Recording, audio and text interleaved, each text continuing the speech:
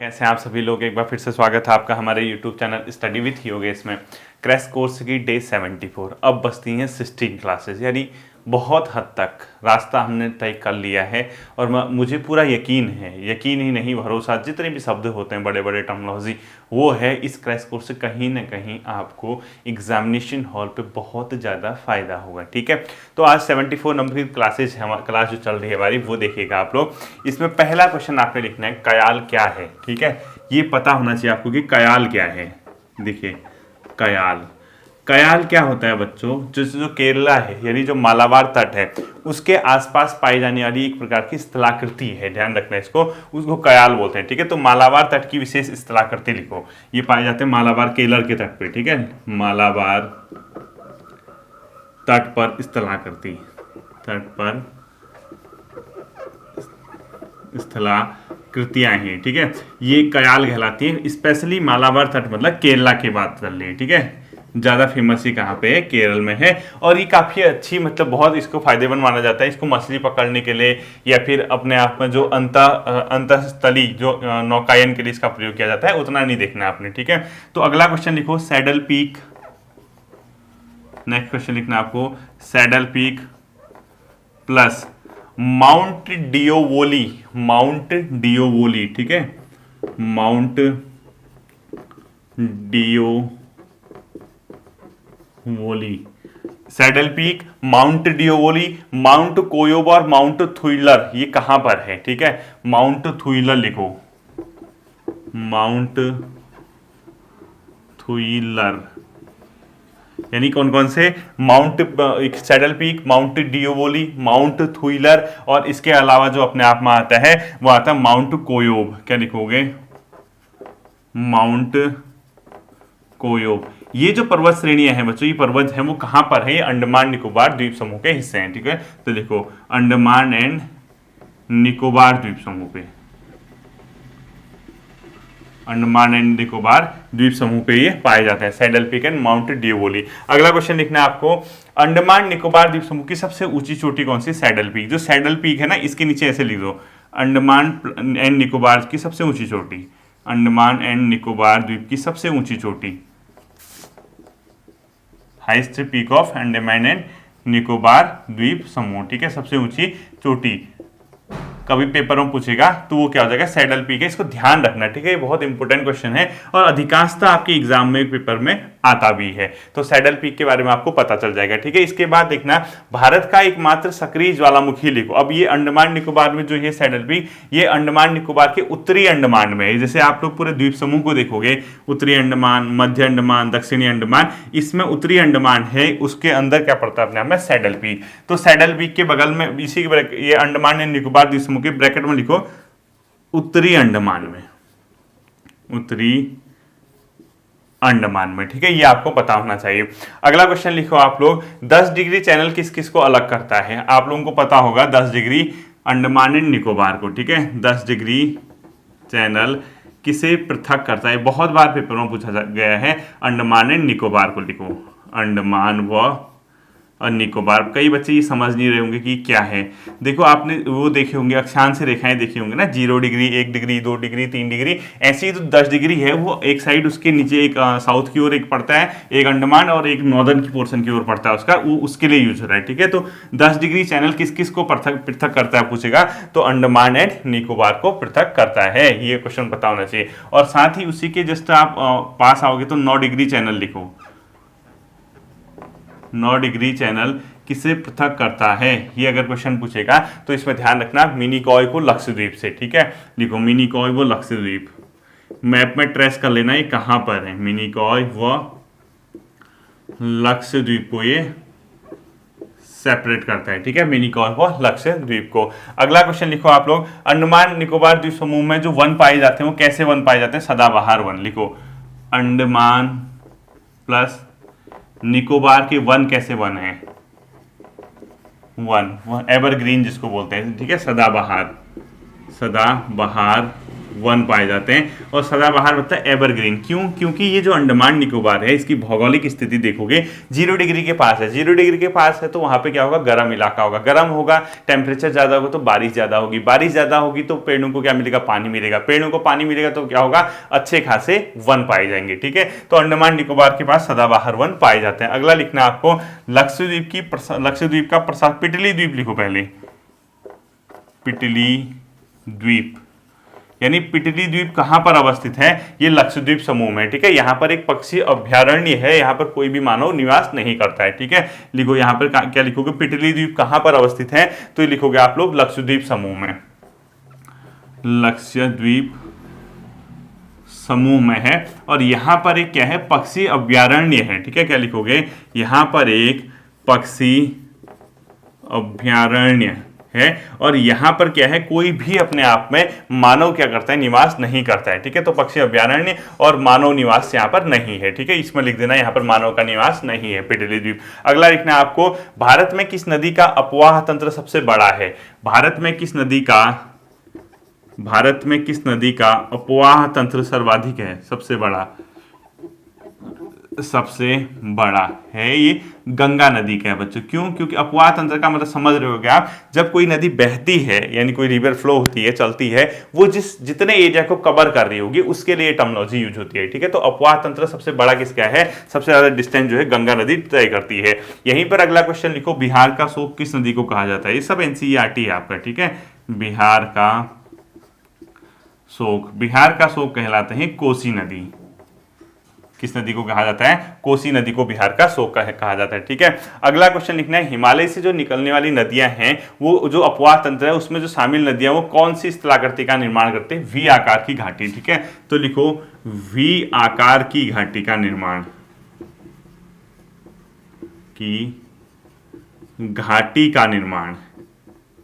ये कौन करती है, हिमालय से निकलने वाली नदियां। ठीक है, लिखो हिमालय से निकलने वाली नदियां, हिमालय से निकलने वाली जो नदियां हैं वो क्या करती हैं, वी आकार की घाटियों का निर्माण करती हैं। ठीक है, ये भी आपको पता होना चाहिए। अगला लिखना है आपको, हिमालय पर्वत श्रृंखला की किन दो श्रेणियों के बीच सिंधु नदी प्रवाहित होती है, लद्दाख और जास्कर के बीच। ठीक है, तो जो सिंधु नदी है, मैंने आपको लास्ट क्लास में भी बताया था, वो लद्दाख और जास्कर के मध्य से होकर प्रभावित होती है। ठीक है, लिखो सिंधु नदी, ये कहां से प्रभावित होती है, लद्दाख प्लस जास्कर के मध्य से अपने आप में क्या प्रभावित होती है, सिंधु नदी लद्दाख प्लस जास्कर के मध्य से होकर प्रभावित होती है। अगला लिखना है आपको, बांग्लादेश में गंगा को किस नाम से पुकारा जाता है, बांग्लादेश में गंगा को किस नाम से पुकारा जाता है, बांग्लादेश में गंगा जो कहलाती है बच्चों, पद्मा नाम से जाना जाता है। ठीक है, बांग्लादेश में गंगा को किस नाम से जाना जाता है, तो लिखोगे यहीं पे पद्मा नाम से उसको जाना जाता है। अगला लिखना आपको, कावेरी कहां से निकलती है, कावेरी नदी का उद्गम, लिखो कावेरी नदी कहां से निकलती है, ब्रह्मगिरी की पहाड़ी से, ब्रह्मगिरी पहाड़ी से क्या निकलती है, कावेरी नदी निकलती है। ये क्वेश्चन भी आपको ध्यान में रखना है। और ब्रह्मपुत्र नदी तिब्बत में किस नाम से जानी जाती है, ये भी आता है कभी कभी, सांगपो। ठीक है, लिखो ब्रह्मपुत्र नदी को तिब्बत में किस नाम से जाना जाता है, तिब्बत में किस नाम से जाना जाता है, सांगपो कहते हैं इसको। ठीक है, ब्रह्मपुत्र नदी को तिब्बत में किस नाम से जाना जाता है, सांगपो नाम से जाना जाता है। अगला क्वेश्चन लिखो आप, दक्षिण की गंगा किसको कहा जाता है, दक्षिण की गंगा कहा जाता है बच्चों, कावेरी नदी को। ठीक है, कावेरी नदी क्या कहलाती है, दक्षिण भारत की गंगा, दक्षिण भारत की गंगा करो, दक्षिण भारत की गंगा, यानी साउथ इंडिया में जो गंगा कहलाती है वो कावेरी को कहा जाता है। और खाली दक्षिण गंगा कहेगा तो वो किसको कहा जाता है, गोदावरी को, दक्षिण गंगा कहेगा तो गोदावरी। ठीक है, गोदावरी, दक्षिण गंगा कहेगा तो गोदावरी, दक्षिण भारत की गंगा कहेगा तो अपने आप में कावेरी नदी को कहा जाता है। ठीक है, यहीं पर अगला लिखो आपको, गोदावरी को बूढ़ी गंगा और दक्षिण गंगा भी कहा जाता है, तो मैंने आपको बता दिया। ठीक है, अगला लिखना है, सिंधु की कौन सी सहायक नदी, सुलेमान श्रेणी, ये भी लिखना है। सिंधु की सबसे बड़ी सहायक लिखो चेनाब, सिंधु की सबसे बड़ी सहायक नदी कौन सी है, सिंधु की सबसे बड़ी सहायक सबसे बड़ी सहायक नदी है चेनाब नदी। कौन सी रिवर है सिंधु की सबसे बड़ी सहायक? चेनाब रिवर है। इसको आप लोग क्या करोगे, ध्यान में रखोगे, ठीक है।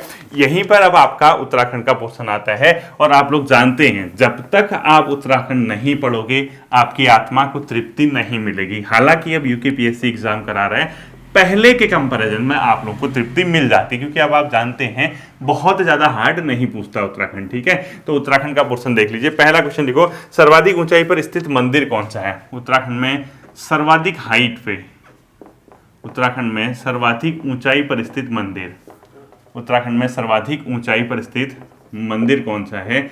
ये बच्चों तुंगनाथ, तुंगनाथ। और तुंगनाथ किस जिले में पड़ता है? ब्रैकेट में लिख लो, रुद्रप्रयाग जिले में अवस्थित है। अगला लिखो आप लोग, दिव्य शिला व भैरव शिला किसके पास है? दिव्य शिला प्लस भैरव शिला प्लस भैरव शिला, ये कहां किसके पास है? ये अपने आप में केदारनाथ के पास है, ठीक है। लिखो केदारनाथ, केदारनाथ के पास है। कौन सी शिलाएं? दिव्य शिला व भैरव शिला। अगला लिखा आप लोग, मिश्रित वन खेती मॉडल, ये तो लिखना है टिम्बर सैंड गुफा। लिखो चमोली में टिम्बर सैंड गुफा, ये है चमोली में। और यहाँ पर एक मिश्रित खेती, मिश्रित खेती किसको कहते हैं? जहाँ पे खेती के साथ साथ पशुपालन संबंधित गतिविधियां होती हैं, उसको मॉडल तैयार करने का श्रेय जगत सिंह चौधरी को जाता है, ठीक है। लिखो मिश्रित खेती, उत्तराखंड में मिश्रित खेती जगत सिंह चौधरी, लिखो इसको श्रेय जाता है जगत सिंह चौधरी जी को, ठीक है। मिश्रित खेती में क्या होगा? कृषि प्लस पशुपालन, यानी दोनों ही एक्टिविटी आपकी इसके अंदर सम्मिलित होती है। किसके अंदर? मिश्रित खेती के अंदर। कौन सी होती है? कृषि प्लस पशुपालन, ठीक है। अगला लिखो, उत्तराखंड में हरियाली पूड़ा मेला कहां पर लगता है?